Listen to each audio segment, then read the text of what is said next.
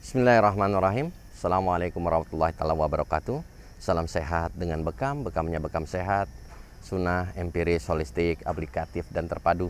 Saya Trihari Fajar Riyadi, salah satu penggiat bekam dan pengajar bekam sehat Tibun Nabawi.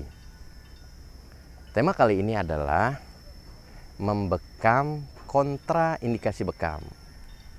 Dalam buku merah PBI disampaikan bahwa salah satu kontraindikasi atau yang nggak boleh dibekam adalah penderita penyakit diabetes. Sebelum kita bicara bagaimana cara membekam orang yang diabetes, kita harus tahu dulu kenapa yang bersangkutan nggak boleh dibekam. Yang pertama, dikhawatirkan proses penyembuhan luka bekamnya itu mengalami hambatan. Kenapa? Karena kemampuan regenerasi sel penyakit diabetes ini lambat alias lemah. Bukan karena perlukaan jarum bekamnya regenerasi selnya jadi lambat, tapi akibat tarikan kop bekam itu akan membuat jaringan subkutan bagian bawah. Kulit itu kan ada dermis, epidermis, dan subkutan. Saya ulang, ada epidermis, dermis, dan subkutan. Nah, jaringan kulit yang bagian bawah ini akibat tarikan kopnya itu robek kalau tarikannya terlalu kuat. Yang kedua, dikhawatirkan orang yang diabetes ini ketika Anda terlalu banyak perlukaannya atau terlalu banyak titik bekamnya, itu akan mengakibatkan imunnya jadi tambah lemah lagi. Karena kita tahu ketika Anda melakukan perlukaan bekam, sesungguhnya Anda mengizinkan bibit kuman penyakit itu masuk.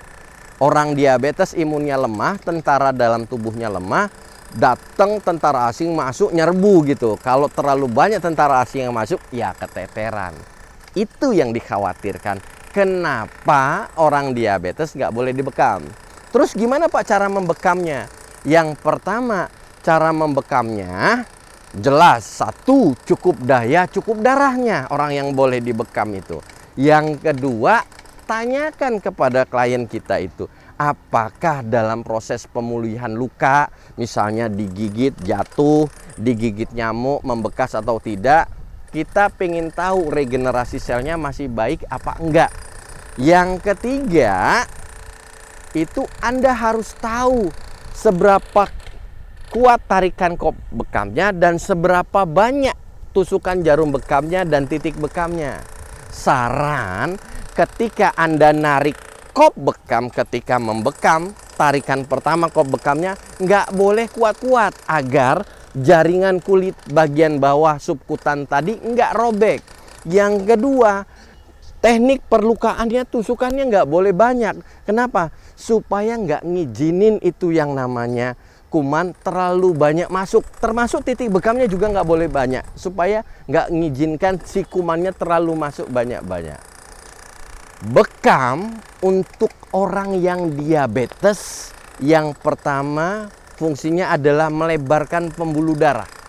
Ketika pembuluh darahnya melebar, maka darah itu akan lancar. Ketika darahnya lancar, dia akan sampai ke jaringan-jaringan yang paling jauh atau yang mengalami kerusakan akibat kekurangan nutrisi dan oksigen. Yang kedua adalah ketika Anda membekam posisinya di titik, misalnya di titik pankreas, adalah menstimulasi beta pankreas untuk memproduksi insulin yang lebih banyak. Yang ketiga, ketika Anda membekam kemudian ngambil darah bekam, itu yang namanya otak akan perintahkan sumsum produksi sel darah merah yang baru. Kita tahu bahwa orang diabetes kemampuan mengantar nutrisinya lemah, apalagi darahnya memang sudah tua. Ketika ada darah yang baru, maka kemampuan nutrisinya jauh lebih baik. Sehingga proses regenerasi sel, baik itu perbaikan pankreasnya maupun jaringan-jaringan yang rusak, akibat penyakit diabetes itu tertangani. Demikian, wassalamualaikum warahmatullahi wabarakatuh. Salam sehat dengan bekamnya bekam sehat. Sunnah, empiris, aplikatif, dan terpadu.